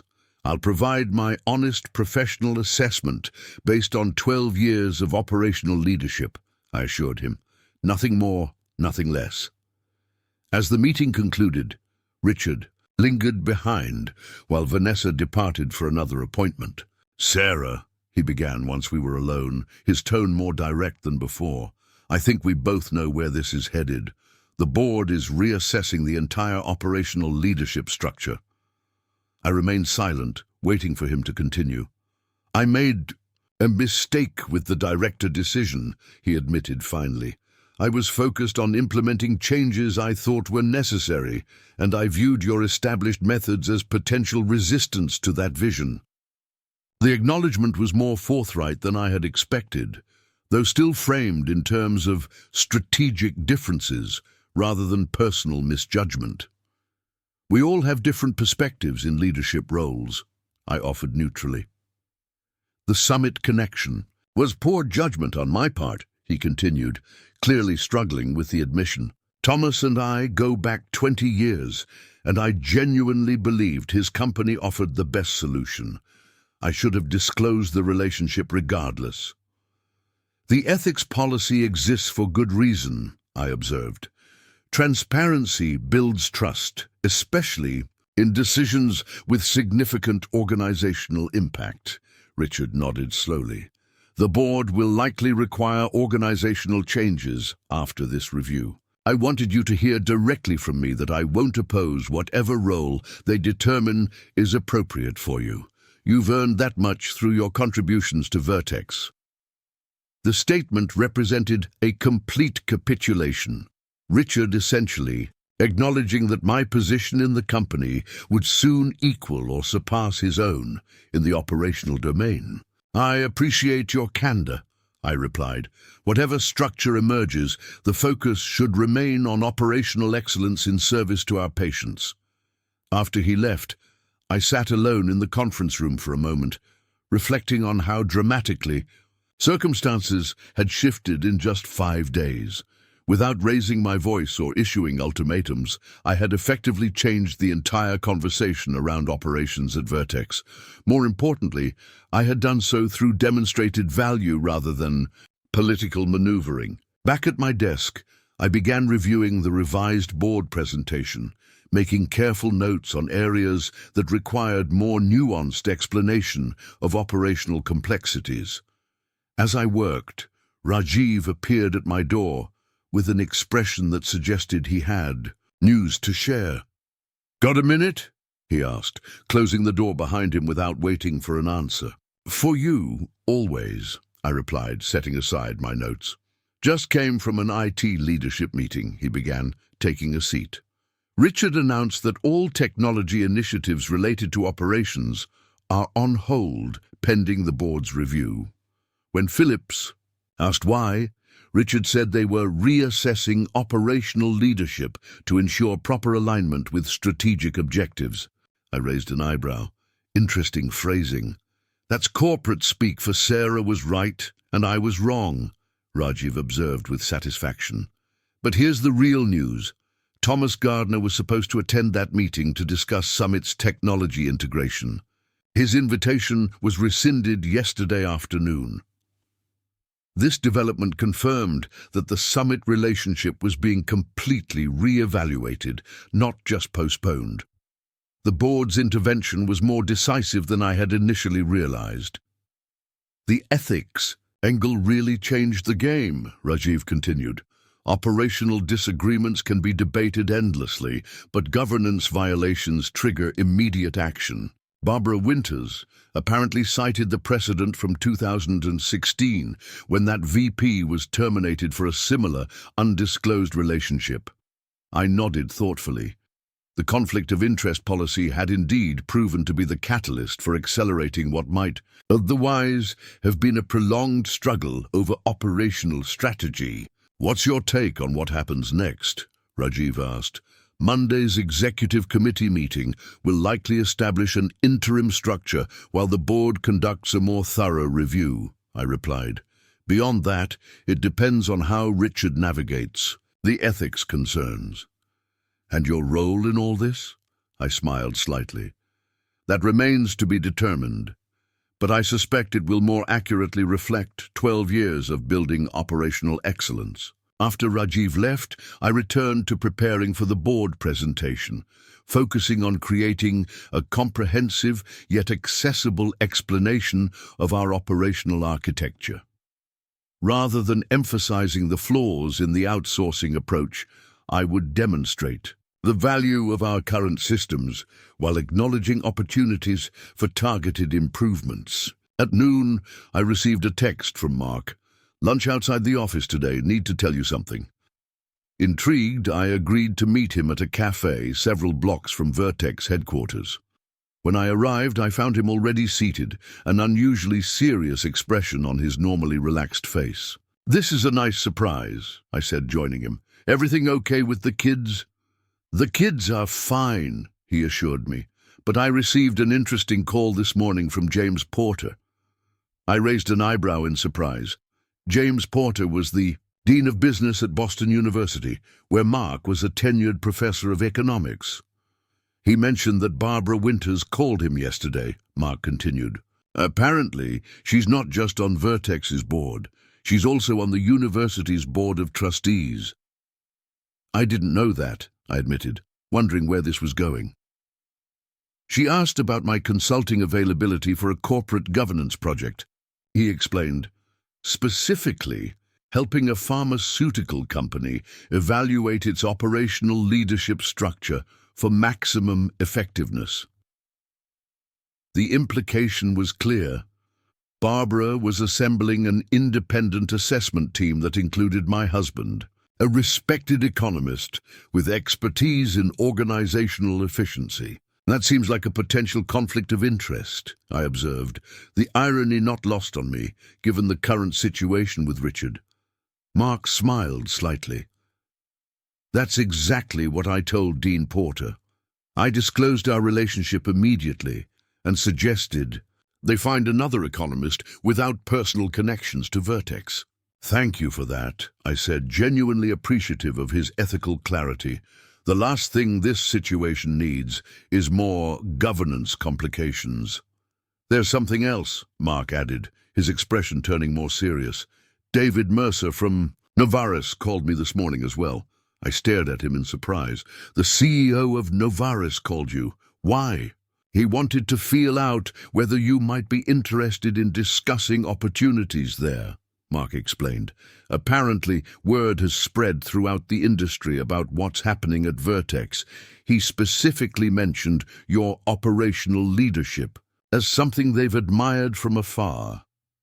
The realization that industry executives outside Vertex were aware of the situation was startling. Corporate upheavals rarely remained contained, particularly in specialized industries like pharmaceuticals, where professional networks were tightly interconnected. What did you tell him? I asked. That you're perfectly capable of managing your own career decisions, Mark replied with a smile, and that if he wanted to discuss opportunities with you, he should contact you directly. I nodded appreciatively. Thank you. I received an email from him yesterday but haven't responded yet. Are you considering it? Mark asked, his tone carefully neutral. I took a moment before answering. A week ago, I might have jumped at the opportunity. The denial of the promotion felt like such a clear statement about how Vertex valued my contributions. And now? Now the situation is more complex, I admitted. The board clearly recognizes my value in ways Richard didn't. Whatever role emerges from this reassessment will likely be more aligned with my capabilities and contributions. Mark reached across the table to take my hand. Whatever you decide, I support you completely. But I will say this. Watching you navigate this situation has been remarkable. You've turned a professional disappointment into an opportunity for genuine leadership without compromising your integrity or resorting to politics. His words touched me deeply. Throughout our marriage, Mark had been my strongest advocate, while also providing honest perspective when needed. The most valuable lesson I've learned this week, I reflected, is that true authority comes from demonstrated value, not organizational titles. I don't need to be called director to lead effectively. Though it sounds like you might end up with an even better title, Mark observed. I smiled. Perhaps, but that would be a recognition of reality, not a change in it. After lunch, I returned to the office to find an email from Barbara confirming our Wednesday meeting with the Governance Committee. The message included an agenda outlining specific areas they wanted to discuss: operational leadership structure, succession planning, and long-term strategic alignment. This was clearly more than a casual consultation. It was a formal evaluation of the entire operational hierarchy. The remainder of Friday passed in a blur of preparation and regular operational responsibilities. By 5 p.m., I had completed a draft of my board presentation sections and addressed several pressing issues that would normally have fallen to Greg. His conspicuous absence throughout the day suggested he was struggling to find his footing in the rapidly shifting landscape. As I was preparing to leave, Mia appeared at my door again. Greg asked me to tell you he's taken the rest of the day off for a personal matter. There's an issue with the California distribution center that would normally require his approval. In the past, I would have immediately stepped in to resolve the issue, regardless of my formal authority. Today, I took a different approach. Please document the issue in an email to Greg, copying Richard and me, I instructed. Note that it requires director-level approval, and you're awaiting his return.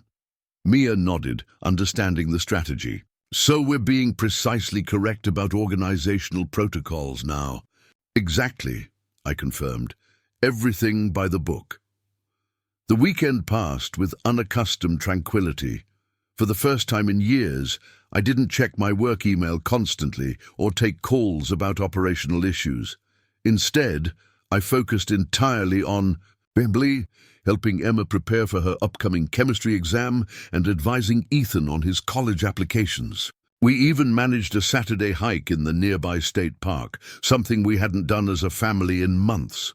This is nice, Emma observed, as we rested atop a scenic overlook. Having you actually present instead of physically here but mentally. At work, her comment struck me more deeply than she probably intended. Had I been so consistently divided in my attention that my own children had noticed and accepted it as normal? I'm working on finding better balance, I told her. Some things are more important than operational efficiency metrics.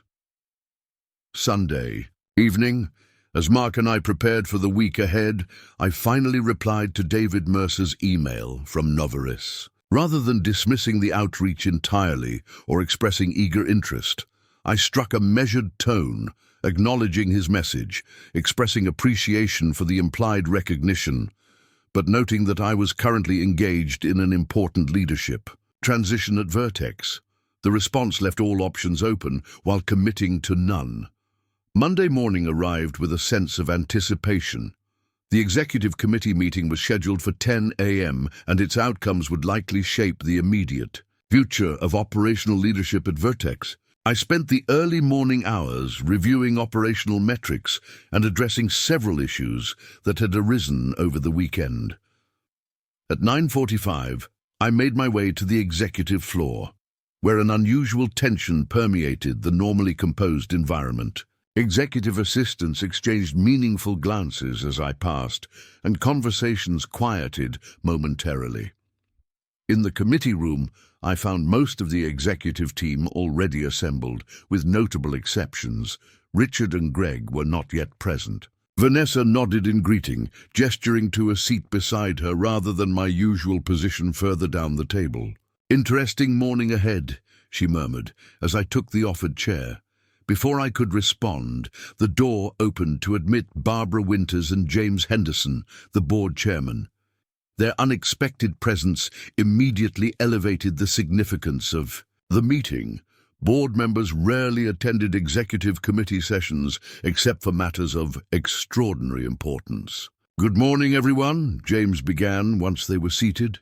"As you're aware, the board has been conducting an expedited review of our operational leadership structure following concerns raised about the proposed outsourcing initiative." The room fell completely silent, all attention focused on the board chairman's unusually direct opening. After careful consideration and consultation with legal counsel, the board has determined that immediate changes are necessary to address both governance concerns and operational continuity.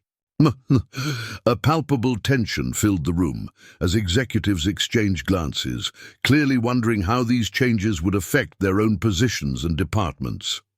"Effective immediately," James continued, "Richard Taylor will be taking a 30-day administrative leave while the board completes its review of the Summit Logistics relationship and related governance matters."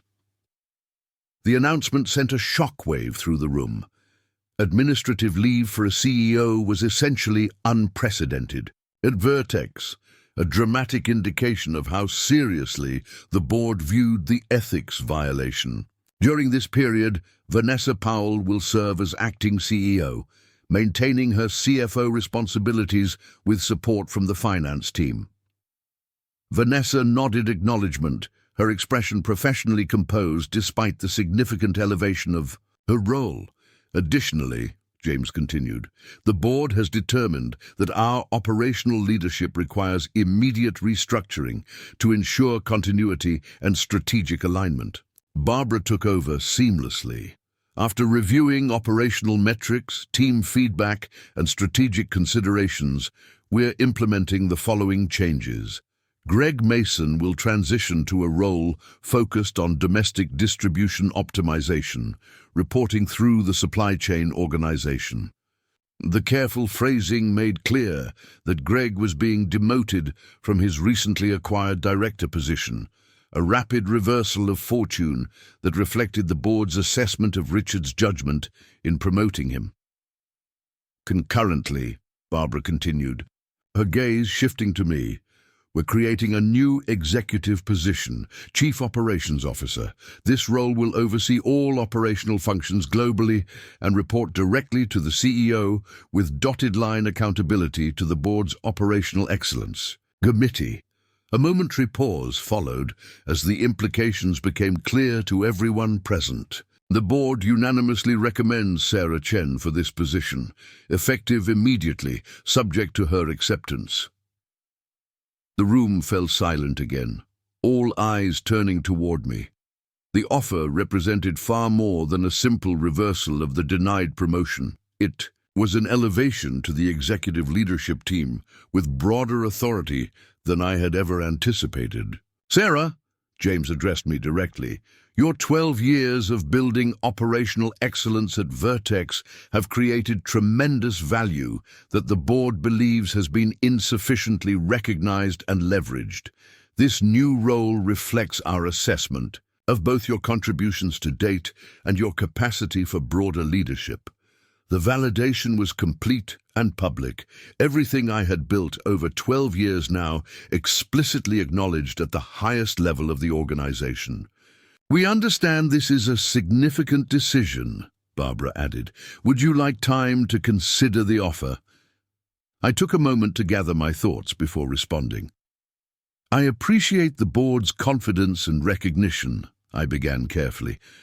Throughout my time at Vertex, my focus has always been on creating operational systems that support our mission of delivering life-changing medications to patients worldwide. I looked around the table at my fellow executives, some of whom had supported me over the years, others who had overlooked or underestimated my contributions.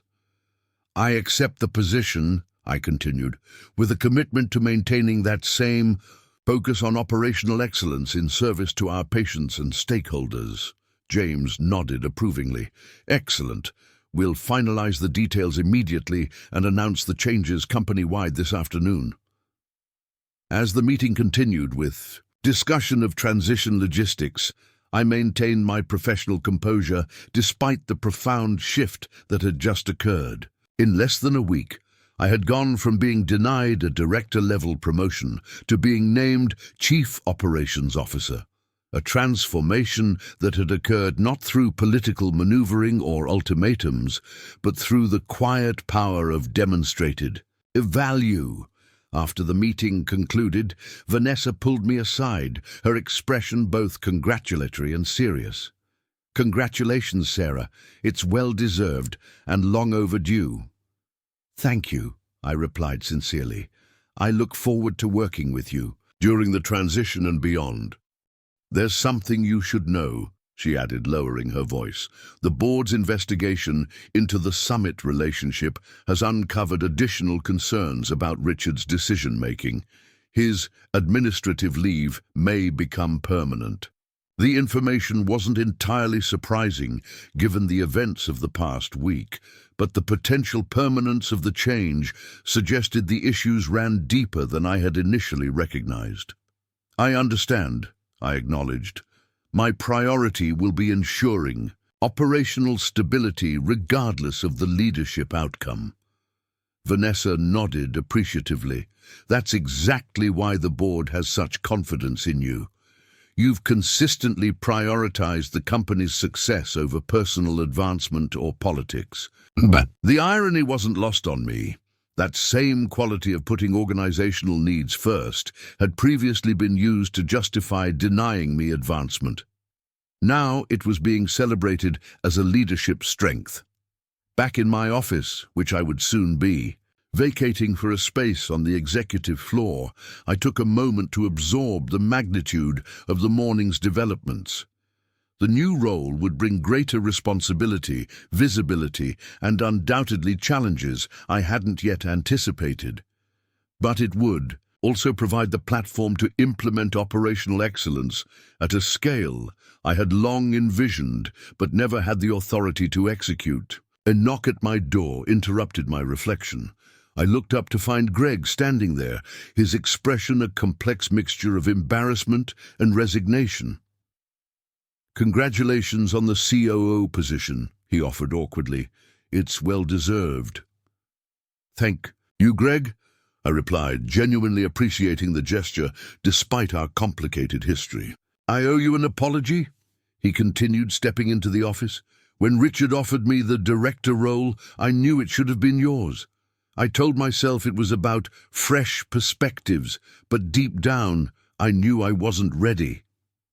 The admission clearly cost him considerable pride, but there was an authenticity to it that I respected. "Leadership roles are challenging under the best circumstances," I acknowledged. "Taking one without proper preparation or support makes success almost impossible." Greg nodded gratefully at the face-saving framing. "The distribution optimization role is actually better aligned with my background. I'm relieved, to be honest." "You'll have my full support in that role," I assured him. "Your technical skills are valuable. They just need the right context to flourish."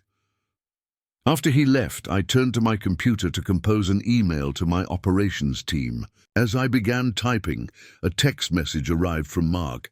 "Just heard from Mia. Kuo. Dinner celebration tonight." I smiled at his enthusiasm while continuing to craft my message to the team. Rather than focusing on my promotion, I emphasized our collective achievements over the years and my commitment to building on that foundation in the new role. The recognition I had received wasn't just about me. It reflected the excellence of the systems we had all contributed to building. As I sent the email, another message appeared in my inbox, this one from Barbara Winters. The subject line read simply, "Leadership Lessons. Dumb." The brief message contained wisdom that perfectly captured what I had learned through this experience. "Sarah, true leadership isn't granted through titles, but earned through consistent value creation. You demonstrated this principle beautifully over the past week. When artificially constrained, excellence eventually creates its own path forward. You didn't need to demand recognition. You simply needed to allow space for your value to become undeniable. That lesson in patient, principled leadership will serve you well in your new role." I sat back, reflecting on the journey of the past week.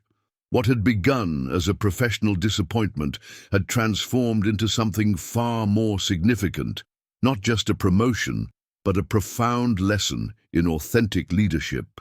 I hadn't changed my approach or compromised my principles. I had simply stepped back and allowed reality to assert itself when artificial barriers were removed. The company-wide announcement would go out within hours.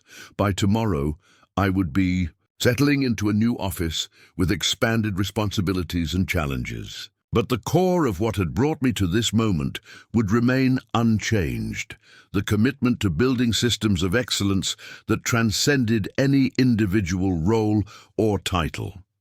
As I gathered my things to join the executive team for my first leadership lunch, I paused to look around the office I had occupied for the past 8 years. The space held memories of countless challenges overcome, systems designed, and teams developed.